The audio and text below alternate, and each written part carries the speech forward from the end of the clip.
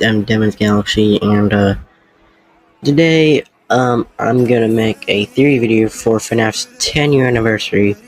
I was originally gonna play the 3 games, the 4 actually, the 4 games that came out for FNAF, but I sort of can't do that because my game keeps crashing, so might play them in another time. But besides that, so yeah, happy FNAF 10 anniversary. So what am I doing? Well, so I played every single FNAF game, and I've been researching a lot until I came up with a theory. What's a theory? Well, this theory is called the memory loop theory. So basically, the whole point of the theory is that the entire FNAF series represents a continuous memory loop. Basically, like, the whole FNAF games are in a continuous, like, loop, where the main characters, Mike, or Mike Schmidt, or whatever you want to call him, is reliving the events of his traumatic experiences over and over again, trying to find closure or redemption. However, unlike the typical time loop theories, this one suggests that the loop is not of time but of memory, where each game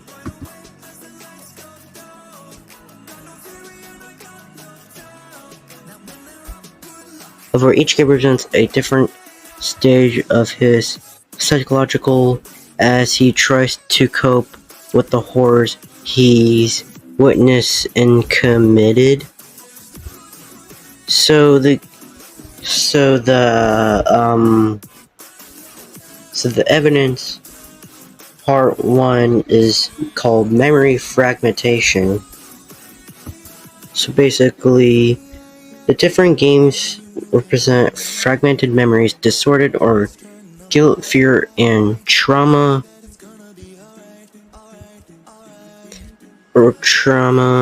each game's environment and mechanics symbolize different parts of Mike's psyche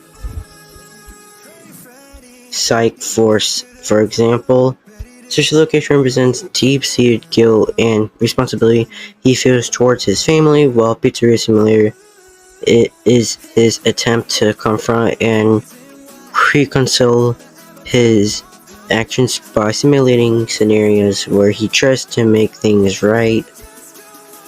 Part 2 is animatronics as mental projections. Animatronics are not just haunted by spirits, but are also projections of Mike's fractured mind. I'm sorry guys if I'm doing this wrong. I'm reading a script and I can't read apparently, so sorry about that.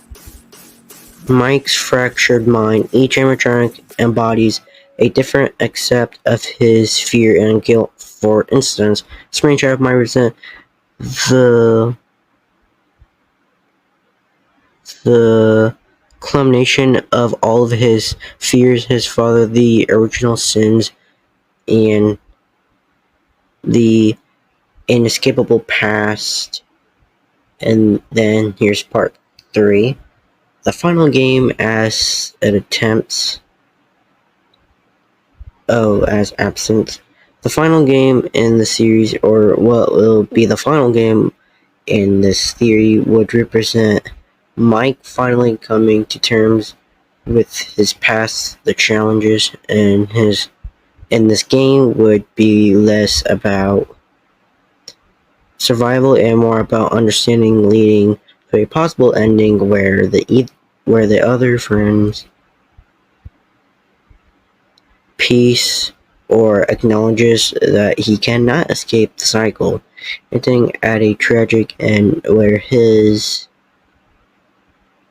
mind will continue to live forever. So basically, supporting the evidence, The repetitive nature of gameplay across the series can be seen as Mike trying to get it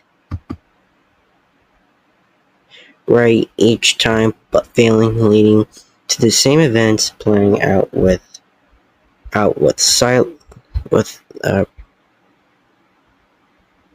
playing out with slight variations.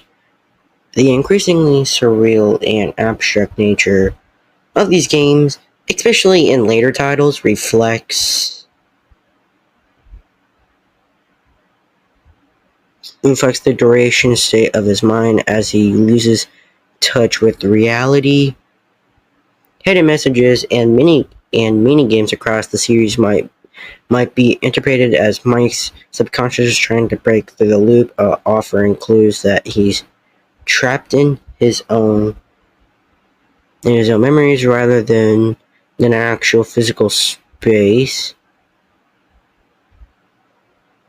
And yeah, and here are the conclusions of the script.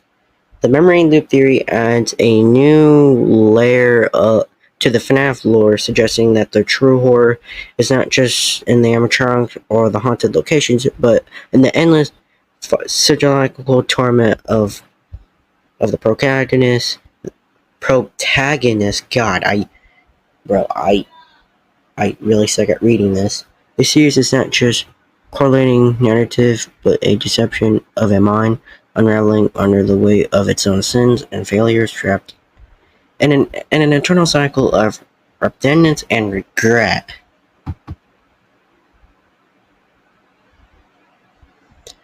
So, yeah, the whole theory that I wrote it on my own script. Basically, the theory, if you don't understand, is basically where Mike or Michael Afton or whoever you want to call him is basically in a continuous loop of torment because of his own memories of the past traumatic experiences. If you don't know what a memory loop is by Google definitions, it's basically like a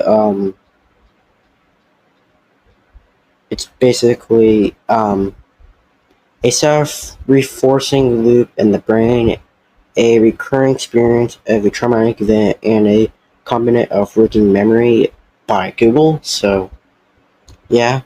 And also, recurring experiences. Basically, a memory was basically you're basically getting bad memories from your past lives.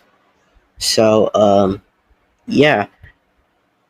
I really like this theory that I made. This took me a really long time to do. I hope everything's okay and good.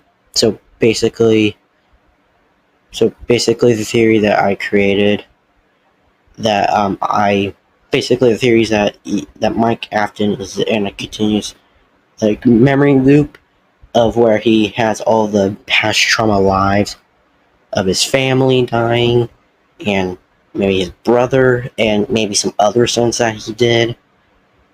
But basically, yeah. I really, really like this series, how it turned out. It went really well.